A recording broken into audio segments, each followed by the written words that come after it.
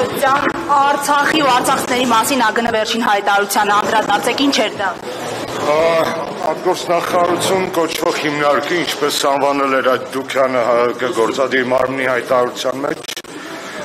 թելելով Նիկոլ Փաշինյանի կողմից վարվող Էրդողան-Ալիևյան քաղաքականությունը,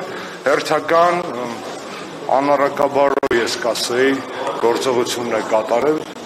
եւ հուսով եմ, որ ես տեսա մի շարք պատգամավորների արձագանքներ, առանձին անհատների ինստիտուցիոնալ մենակ հանրապետականին եմ տեսել։ Ներողություն եմ խնդրում, եթե եղել են, ես չեմ տեսել, բայց կարծում եմ սա այն հարցն է, որ նաև դրսում պետք է հնչեցնել, լսեցնել, որ Նիկոլը իր ԱԳՆ-ն չեն արտահայտում այն ժողովրդի կարծիքը եւ Հայաստանի Հանրապետության կարծիքը։ Եվ շատ եմ կարևորում, որպեսզի ավելի կազմակերպված լինի ընդդիմությունը, այս ԽԺԲԺ չլիներ, հաստատ ավելի կազմակերպված կլիներ, այս պայդրությամբ բացի ՀԿ-ից այլ հայտարարություն չեմ տեսել, խնդրում եմ անդիմադիր այս օրակարգը չկիսող, Նիկոլի օրակարգը չկիսող քաղաքական ուժերին անպայման ինստիտուցիոնալ հայտարարություններ անել, թարգմանել եւ սարքել դրանք հասանելի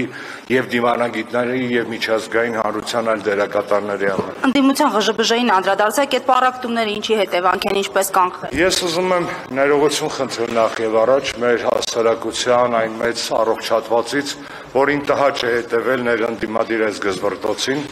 Հավատացնում եմ իրենց մեզ էլ է շատ տհաճ, բայց երբ որ քեզ վրա հարձակվում են, պաշտպանվելը պարտականություն է, ոչ թե հաճույք։ Ես պատասխանատվությունից չեմ խուսափում որևէ տեսակի, բայց հասկանում եմ նաև այդ մարդկանց զարմանքը, որոնք ասում են Նիկոլին թողած իրար միս են ուտում, մի քիչ այդտեղ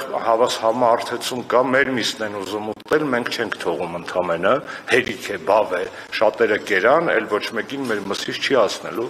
բայց հասկանում եմ, որ քաղաքացիները շատ մտահոգված են եւ նեղված են փաստից, որ ընդդիմությունը Նիկոլին թողած ու ոչ մեկ գլուխ չկովի, որ ռեսուրսը բավարարում է եւ ներընդդիմադիր գզվռտոցի եւ Նիկոլին բանանելու, սկինի full time այսպես ասած Նիկոլին դեմ պայքարելով սայլը տեղից դանդաղ է շարժվում, որ մնաց հիմա։ Ինչևէ, ես ցավում եմ, բայց կարծես թե խնդիրը տարանջատում օպերացիայի մեջ չէր միայն, որ մեր դեմ սկսվեց, խնդիրը պառակտում օպերացիայի մեջ է։ Ոնց որ Բարսելոնա եւ Ռեալի ֆանատները իրար այդքան չեն ատում, իշքան այս երկու ընդդիմադիր ճամբարներին են էլ մոռանալով, որ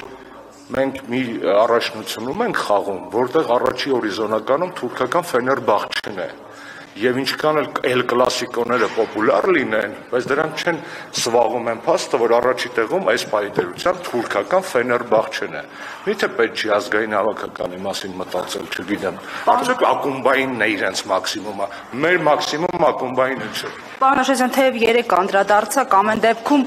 Աջապահյանի անունն է շրջանառնել։ Ներողություն խնդրեցի հասարակության հատվածից, որին տհաճ էր այդ ամենին հետևելը, Սերբազանը կարծում եմ կամա եւ ակամա